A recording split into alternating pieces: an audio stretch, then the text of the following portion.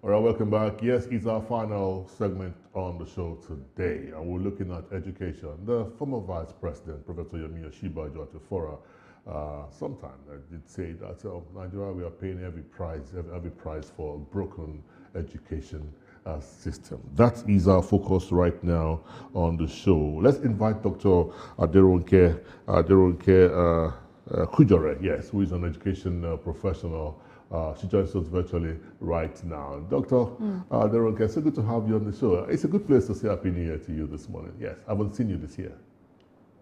Happy New Year. It's a pleasure to always be here with you. And thank you. Thank you for the sacrifice of coming on the show this morning. Let's discuss the education sector. Yes, let's make reference to the former Vice President, a man I love so much, Professor Yemi Osinbajo.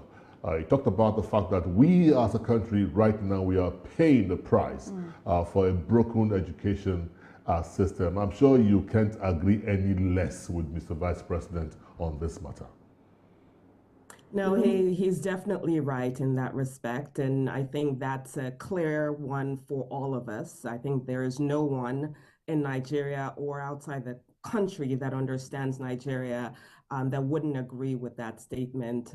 We've spent too many years underfunding education, and the impact is glaring in our eyes, whether you look at it from the number of out-of-school children, or you look at it from the quality of our school buildings and the crashes that we've had recently, or you look at what's happening from a certification perspective. Our degrees and our certificates are no longer respected as to be because we've lost the focus on true quality education. So you look at the number of even people that are unemployed. We have one of the largest workforces, but stay unemployed because they're undereducated and underprepared. So any way you look at it, it is clear today that our lack of investment in education is causing us major issues. We're having to rely significantly on international skills, bringing people from whether it's the diaspora or international firms to do the basic things within our country. So yeah, we're definitely suffering from it significantly. Despite UNESCO's, numbers, we are constantly, education has been given such low priority. Why is this? Why is this such a big concern? Why is education so low priority in the country, despite perceived interventions from government? Every day we hear figures that are being bandied around by the government saying they're putting this amount to support education. But despite that, there's a clear lack of development, especially in the local sector, especially with the schools, public schools and all of that. So why is education being given such low priority in the country? So I'll say a couple things there. One is that we are giving education a little more of a priority today than we've done in the past. And you'll see that clearly in the budget. I think if you look at our education budget prior to 2023, we were running at about 1.5 trillion. And today, I think as of 2025, we were running right around 3.5. So the numbers have more than doubled. You obviously hear a lot of conversation about investment in education and it being a priority for the current government. But there are still parts of it that are missing. One thing to note is when there has been such a lack of investment in education for so long, things don't change overnight. They change with consistent investment and prioritization over an extended amount of time. Children that were in school when the budget was about 1.5 trillion are still in school or still in the workforce, and we're seeing the impact of their lack of quality education. So it will take time for things to change. That being said, the reason why we are not seeing as much of value coming out of all the rhetoric or all the conversation that's happening is one, there has to be proper implementation around any of these education projects that we're that are being talked about. And until there's proper implementation and accountability for the money getting spent, you're not going to see the impact. No matter how much the government invests into education, if the people don't speak up when they're not getting what they have been promised, things will not get done as they should. So I think there is a portion of the impact or the implementation that is the responsibility of the people. I think as Nigerians, we spend a lot of time making noise or paying attention to celebrities, what people are wearing, and whether we're winning Grammys or not. We don't pay the same level of attention to education, the quality of education, the lack of education that exists in our communities. And I think until we start to do that and make a call our leaders to accountability, you will not see the full impact of the budget or the numbers that are being spent on education. I think outside of citizens and corporations being accountable and calling leaders to accountability on that, I think the other side is that there are several big loopholes in our educational system and educational policy that need to be fixed quickly.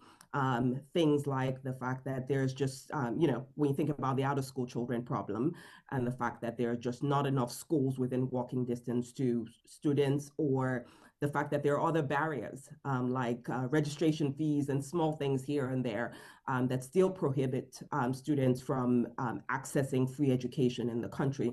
I think those kinds of barriers need to be broken down as quickly as possible. The Ministry of Education also needs to focus on the quality of teachers in the classroom. So there are things that still need to be done, but we're better than we were just a few years ago, and citizens just really need to keep our leaders accountable, call it out when we see it.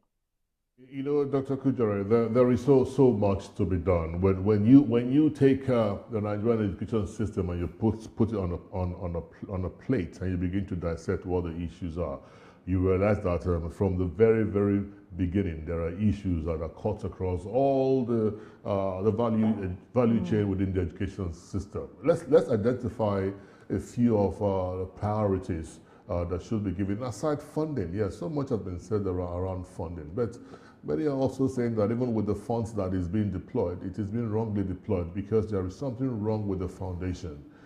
Yes, the foundation seems to be very faulty. How do you think we can begin to address? Let's destroy the house. Let's destroy the foundation and see how we can begin building from the foundation. What would the foundation be for you? Sure, I think there are a couple things that will be helpful considering where we are right now. I think there needs to be open and clear communication between the citizens and those who are making education decisions. Sometimes you end up with leaders who sit in bubbles and don't fully understand what is happening on ground. And so they're making decisions that are not applicable to the people that actually need their leadership. So for instance, when you think about the issue of out-of-school children, yes, a lot of funds have been dedicated to that, but there are still significant barriers that until those barriers are removed, no changes really will be seen, no significant changes will be seen. We can obviously do things, but the question is whether or not the things that we do actually solve the problem.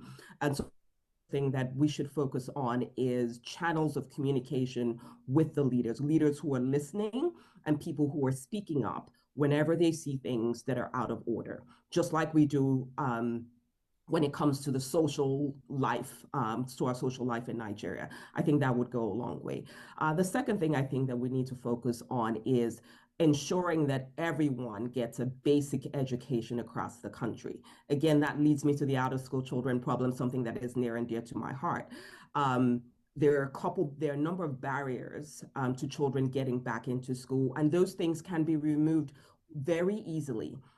Whether it's providing free transportation to children who don't have schools in close proximity, walking distance to their homes, or removing the fees that make it prohibitive for children to get back in school. I know many times schools say that public schools should be free or they are supposed to be free, but they're usually registration fees and fees for books, fees for furniture.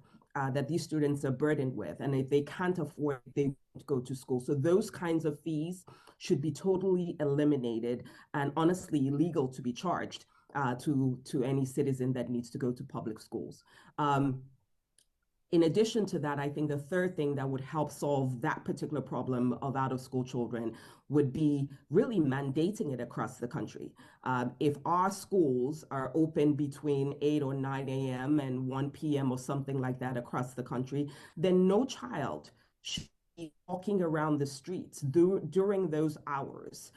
It should be absolutely illegal for children to be walking around the school during those hours. They should be picked up, they should be investigated, and they should be gotten back into school. Specific actions like that will change things drastically. I think the government is making some headway when it comes to tertiary education. They're testing things out and trying things out. Some of these things are not going to work automatically, immediately. Some of it is going to take some trial and error. We're going to make some mistakes. But as long as the priorities are there, we get all our children into the system, and we are having those dialogue. When we see things being wrong, we're reporting it, and we're not backing down until those things are fixed. I think we'll make significant progress. There should be no school across the country today that doesn't have proper facilities, like a building that is safe, with furniture that children can come into. When we see those things, we need to report them to the news media, to our leaders, and make sure that we get the action that we need. And we can't back down. The second we back down is the second we stop seeing movement or improvement in those areas. Current, strikes that we experience, especially within the educational sector, and how it's preventing even students and children from getting the right education. Current strikes, and the government has mediations with teachers and the union workers within that system, but at the end of the day, it's still the same thing based on levies, support money that is supposed to be paid, and accrued allowances and different aspects that these teachers are supposed to be paid, given that even teachers are not being paid well. The average teacher is not paid well and is now being owed. So this is a huge specific concern. How can we balance this? What can be done to ensure this does not prevent our children from getting the right education? And of course, the conversation of underfunding when it comes to education in Nigeria. Yeah, I think the government has lost a lot of trust with the people. And it is understandable because the government has made many promises, and not just this government, but Nigerian governments over the years. They have made promises to the people and have not fulfilled those promises. And so there's a lot of doubt. And so even when the government makes a decision or makes a commitment to do one thing or the other, we have a lot of skeptic citizens. I think it's now the government's responsibility to make sure that when they make commitments in some of these negotiations that they have with, instructors, professors at higher institutions, when they're making these negotiations and coming up with agreements, that they do everything within their power to fulfill the promises that they're making. Again, it comes back to accountability. I think we have leadership at the top that has lofty goals and intentions, but when there's no accountability all the way through the system, things get dropped. And so these cycles will stop when we start making promises, fulfilling the promises, and we have a road plan. I don't think Nigerians are, unrealistic people, or people that cannot be brought to the table and